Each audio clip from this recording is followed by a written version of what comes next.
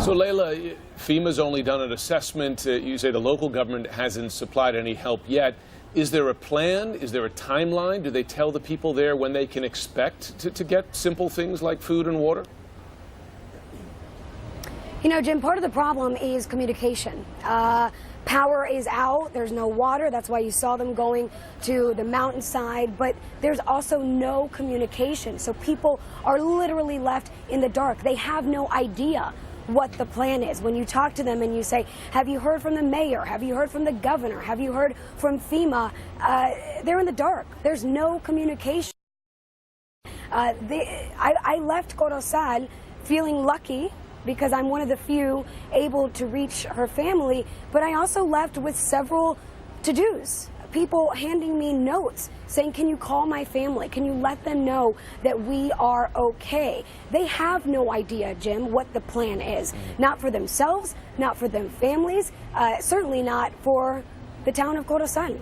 9 days after the storm, 3.5 million Americans in Puerto Rico. Layla, thanks very much. Please stay safe. Out front now from San Juan as well, Democratic Congressman from Illinois, Luis Gutierrez. He grew up in Puerto Rico. He still has family there. Certainly a personal issue for him. Congressman Gutierrez, thank you for being there, first of all. Thank you for joining us tonight. You heard the president say today that his team, in his words, is doing an incredible job. And yet we heard that very emotional comment from the mayor of San Juan, mad as hell, almost moved to tears. What's the reality on the ground? The reality on the ground is the one that your reporters are telling the American people. They're handing out maybe a bottle of water and one meal to a family of 5 or 6. And that was after 8 days. And some towns, not even that. I think it isn't a good job. It's a disgraceful job. The United States of America is the most powerful, wealthiest country in the world. And this is not a response that's demonstrative of our power and our wealth. And I'm tired of the president always talking about how much it's going to cost. It's costing lives, Mr. President, of children and the elderly and the infirm.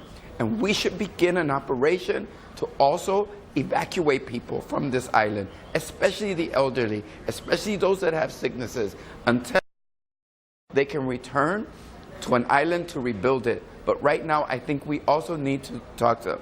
I was with the mayor of San Juan. We sat down with the director of FEMA this afternoon. Here's good news.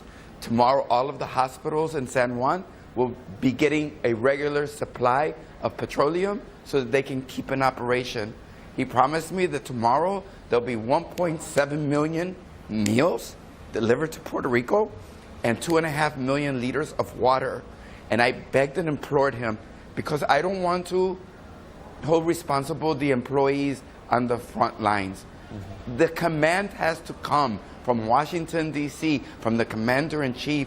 And I would hope that as he likes to talk about the fire and the fury of the armed forces of the United States, that he bring them to Puerto Rico with that same fire and fury to save the people of Puerto Rico from what is going to be a disaster here in this island. I have to say, I listened to you there. I see your reaction. It is impossible to imagine, to reconcile that with what you're hearing from the president claiming a success there. I wonder, who do you hold responsible? Look, at the top, it's got to be the President of the United States. I have to tell you, Jim, in Chicago, 3 days before the hurricane hit Chicago, we were already preparing. We mobilized. Only 4 days after the hurricane, the first 59 pallets of Ensure and Pedialyte and Pampers and medicines from Chicago arrived to the people of Puerto Rico. How is it that a community of people can organize themselves individually, and yet the mighty federal government has not done? I saw corporations and Catholic relief and Christian relief organizations supporting the people of Puerto Rico with more than the federal government. Let me just reiterate that, with more than what the federal government is bringing. That just can't be. They should be there to augment, to supplement what the federal government. I'm happy the religious leaders are here. I'm happy big corporations are sending stuff. I'm thankful to New York City and to Chicago and to all of the cities that are mobilizing their resources as city. Because without them, the disaster would be even worse. And I want everybody to understand, you're listening to me, this is a mirage. What you see here with me is not the reality of the people of Puerto Rico. I've been here a few hours. I'm going to be fine. But the people of Puerto Rico are not. 9 days, we saw a reporter in a village that had literally no help. That is a time span. People can die during that time span without basic needs. Look, what are you going to do in 18 days? That's about the period of time when the mosquitoes come, and we still haven't brought the help here. Look, you have to understand something. Tomorrow, I'm going out into the interior of the island. I'm going to go on the back roads. I'm going to talk to people there, and I'm going to take the message, I'm going to take the pictures, I'm going to take the videos back to my colleagues in the Congress of the United States and tell them next week we need an appropriation, we need a funding to make sure the people of Puerto Rico have everything that they need. They are 3.4 million American citizens, and I'm going to demand as their fellow citizen that we treat them with the kind of respect, with the kind of honor that they deserve as human beings.